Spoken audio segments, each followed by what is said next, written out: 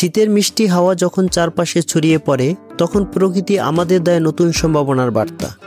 এই সময়টা লাউ চাষের জন্য একদম উপযুক্ত। আপনার বাড়ির উঠোনে বা ফাঁকা জমিতে লাউ চাষ করে অল্প সময়ে কিভাবে আয় বাড়ানো যায় তা কি জানেন? শীতের স্নিগ্ধ পরশ আর সঠিক যত্নের ছোঁয়ায় লাউ হয়ে উঠতে পারে আপনার স্বপ্ন পূরণের সিঁড়ি। আজকের ভিডিওতে আমরা শিখব লাউ চাষের পুরো রহস্যময় জগৎ, বীজ থেকে শুরু করে চারা তৈরি, জমি প্রস্তুতকরণ, সঠিক পরিচর্যার আধুনিক ও কার্যকর উপায়, আর টিস্যু পেপার পদ্ধতির মাধ্যমে বীজ থেকে দ্রুত চারা তৈরি করার এক জাদুকরী কৌশলও দেখাবো, যা শীতের দিনগুলোতে কাজ করবে একদম ম্যাজিকের মতো। আসসালামু আলাইকুম বন্ধুরা, আপনারা দেখছেন আধুনিক কৃষি তথ্যভিত্তিক ইউটিউব চ্যানেল Agro36। কৃষি ও গার্ডেন সম্পর্কে বিভিন্ন বিষয়ে নিয়মিত আপডেট পেতে চাইলে চ্যানেলটিকে সাবস্ক্রাইব করে রাখার অনুরোধ রইল। এর পাশাপাশি ভিডিওতে একটি লাইক করে দিবেন। তাহলে আর দেরি কেন, চলুন শীতের মিষ্টি মুহূর্তগুলো কাজে লাগিয়ে লাউ চাষের সোনালী যাত্রা শুরু করি, অল্প পরিশ্রমে বড় লাভের পথে। লাউ চাষের জন্য প্রথমে আমাদের যে কাজটি করতে হবে সেটি হলো জমি নির্বাচন করা। লাউ চাষের জন্য উর্বর এবং পানি নিষ্কাশন সুবিধাযুক্ত দোআঁশ বা বেলে দোআঁশ মাটি উপযুক্ত, তবে জমি সবসময় রোদ থাকতে হবে। মাটির পিএইচ মাত্রা 6 থেকে 7 হলে লাউয়ের ফলন সবচেয়ে ভালো হয়। এছাড়া গরম ও আর্দ্র পরিবেশের লাউ দ্রুত বাড়ে। গড় তাপমাত্রা 25 থেকে 30 ডিগ্রি সেলসিয়াস লাউয়ের জন্য আদর্শ। উন্নত জাত নির্বাচন। লাউ চাষের জন্য উন্নত জাতের বীজ ব্যবহার করা খুব গুরুত্বপূর্ণ, যেমন বাড়িলাউ 1, বাড়িলাউ 2, বাড়িলাউ 4 এবং বিভিন্ন হাইব্রিড জাত।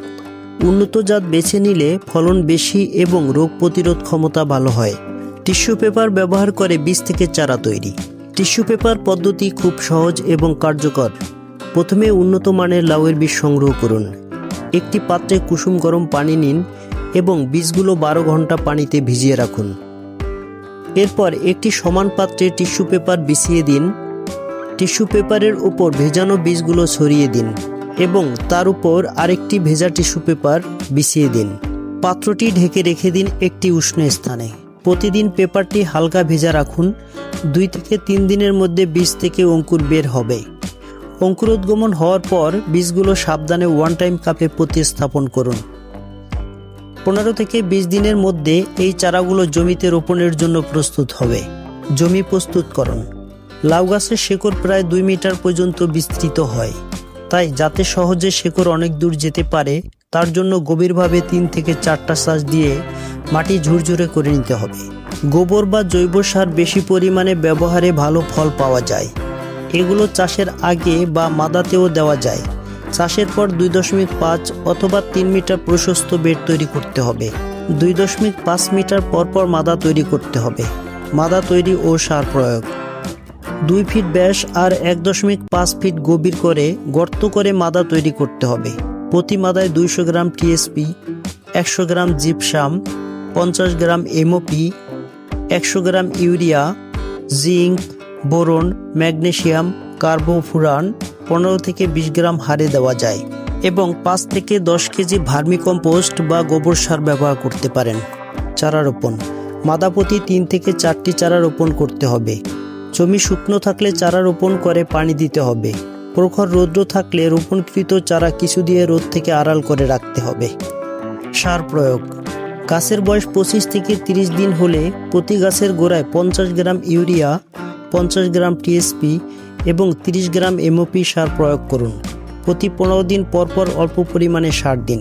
ফলন বৃদ্ধির জন্য প্রথমে যে পরিচর্যাটি করতে হবে সেটি হলো কাটিং, অর্থাৎ 1G, 2G এবং 3G এর মাধ্যমে লাউ, মিষ্টি কুমড়া, চাল কুমড়া, করলা সহ ইত্যাদি লতানো গাছের ফলন 5 থেকে 10 গুণ বৃদ্ধি করা যায়।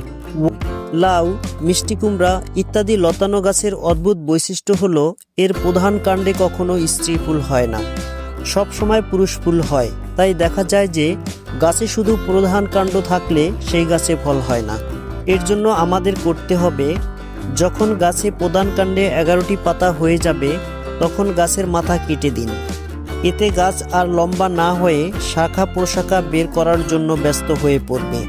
তখন দেখা যাবে যে 2G শাখার বৃদ্ধি হতে থাকবে এবং পুরুষ ফুল এর পাশাপাশি স্ত্রী ফুল থাকবে। আবার 2G শাখা 11টি পাতা হয়ে যাবে তখন সেই 2G শাখার মাথা কেটে দিলে সেই 2G শাখা থেকে 3G শাখা বের হবে। তখন স্ত্রী ফুলের ফলন বাড়বে। তবে 2G কাটিং থেকে 3G কাটিং করার সময় কিছু 2G রেখে দিবেন, কারণ 2Gতে যে পুরুষ ফুলগুলো থাকবে তা দিয়ে 3G এর স্ত্রী ফুলের পরাগায়নে সহায়তা করবে। যখন মনমতো স্ত্রী ফুল পেয়ে যাবেন তখন প্রধান কাণ্ডে থাকা পুরুষ ফুল এর সাথে হাত পরাগায়ন করে দিবেন। আর যদি 3G কাটিং এ মনমতো স্ত্রী ফুল না পান তাহলে 4G কাটিং করে দিবেন একই পদ্ধতি অবলম্বন করে। কাটিং করার ক্ষেত্রে যে ভুল করা যাবে না, গাছের গ্রোথ কম হলে কাটিং করা যাবে না। অবশ্যই কাটিং করার 7 দিন আগে গাছে খাবার দিতে হবে। 1G কাটিং করার পর শাখায় লাউ চলে আসলে লাউ সংগ্রহের আগে ওই শাখায় দ্বিতীয় কাটিং করা যাবে না। 3G কাটিং করার পর গাছে প্রচুর পরিমাণে স্ত্রী ফুল ও লাউ ধরবে, সেক্ষেত্রে আপনাকে গাছে খাবার দিতে হবে। আপনি রাসায়নিক সার, ভার্মি কম্পোস্ট অথবা তরল কম্পোস্ট ব্যবহার করতে পারেন। লাউয়ের একটি উল্লেখযোগ্য রোগ হচ্ছে পাউডারি মিলডিউ। এই রোগ হলে পাতার উভয় পাশে প্রথমে সাদা সাদা পাউডারের মতো দাগ দেখা যায়। ধীরে ধীরে দাগগুলো বড় ও বাদামি হয়ে শুকিয়ে যায়। আক্রান্ত লতা ধীরে ধীরে শুকিয়ে যায়, ফল ঝরে পড়ে, এমনকি সম্পূর্ণ গাছ মরে যায়। দাগ শুকিয়ে গেলে সেখানে আলপিনের মাথার মতো কালো কালো বিন্দু দেখা যায়। ডাউনি মিলডিউ একটি ছত্রাকজনিত রোগ, যা মূলত পাতার নিচে সাদা পাউডারের মতো দেখা যায়। লাউসহ বিভিন্ন সবজিতে আক্রমণ করে। প্রতিকার: আক্রান্ত পাতাগুলো ছিঁড়ে ফেলে মাটি থেকে দূরে সরিয়ে ফেলুন। গাছের আশেপাশে পরিষ্কার রাখুন এবং গাছের যথাযথ বায়ু চলাচল নিশ্চিত করুন। মোজাইক ভাইরাস: এ রোগ হলে গাছে হলুদ ও গাঢ় সবুজ ছোপ ছোপ মোজাইক করা পাতা দেখা যায়। প্রতিকার: ক্ষেত থেকে আক্রান্ত গাছ তুলে ফেলা। জাপ পোকা ও সাদামাছি এ রোগের বাহক, তাই এদের দমন করার জন্য আপনি প্রাকৃতিক ও জৈবিক উপায়ে একটি কার্যকর জৈব কীটনাশক স্প্রে করতে পারেন। সকালে বা বিকেলের দিকে স্প্রে ব্যবহার করুন যখন সূর্যের তাপ কম। আক্রান্ত গাছের পাতা ও ডাঁটা এবং আশপাশের মাটি ভালোভাবে স্প্রে করুন। প্রতি সপ্তাহে একবার প্রয়োগ করুন। কুমড়া জাতীয় ফসলের মাছি পোকা সবচেয়ে ক্ষতিকর পোকা হিসাবে পরিচিত। মাছি পোকা ছাড়াও কয়েক ধরনের ফল ছিদ্রকারী পোকা কুমড়া জাতীয় ফসলে, বিশেষত করলা, লাউ ইত্যাদি ফসলে আক্রমণ করে থাকে। প্রতিকার: পোকা আক্রান্ত ফলসমূহ সংগ্রহ করে ধ্বংস করে ফেললে উক্ত পোকাসমূহের বংশবিস্তার অনেকটা কমিয়ে আনা সম্ভব। এছাড়াও সেক্স ফেরোমন ফাঁদ ব্যবহার করে প্রচুর পরিমাণে পুরুষ মাছি পোকা আকৃষ্ট করা সম্ভব। পানি ফাঁদের মাধ্যমে উক্ত ফেরোমন ব্যবহার করে আকৃষ্ট মাছি পোকা সমূহকে মেরে ফেলা যায়। আপনার লাউ গাছের লাউ কি এভাবে ছোট অবস্থাতেই পচে যাচ্ছে? বিভিন্ন কারণে লাউ পচে যেতে পারে, যেমন লাউ গাছের ফুল ঠিকমতো পরাগণ না হলে ফল সঠিকভাবে বৃদ্ধি পায় না এবং ছোট অবস্থায় পচে যেতে পারে। বিশেষত মৌমাছি বা অন্যান্য পরাগবাহীর অভাবের কারণে এই সমস্যা হয়।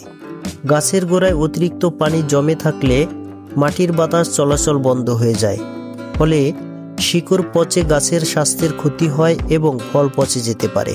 ছত্রাকজনিত রোগের কারণে লাউ ছোট অবস্থাতেই পচে যেতে পারে। আর্দ্র পরিবেশে এ ধরনের রোগ দ্রুত ছড়ায়। অত্যাধিক বৃষ্টিপাত, অতিরিক্ত আর্দ্রতা বা পর্যাপ্ত সূর্যালোকের অভাবেও লাউ পচে যাওয়ার কারণ হতে পারে। প্রতিকার: প্রয়োজন হলে কৃত্রিমভাবে পরাগায়নের ব্যবস্থা করুন।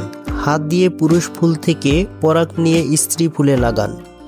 গাছের গোড়ায় পানি জমে না থাকার ব্যবস্থা করুন। ক্যালসিয়াম ও বোরন সমৃদ্ধ সার ব্যবহার করুন।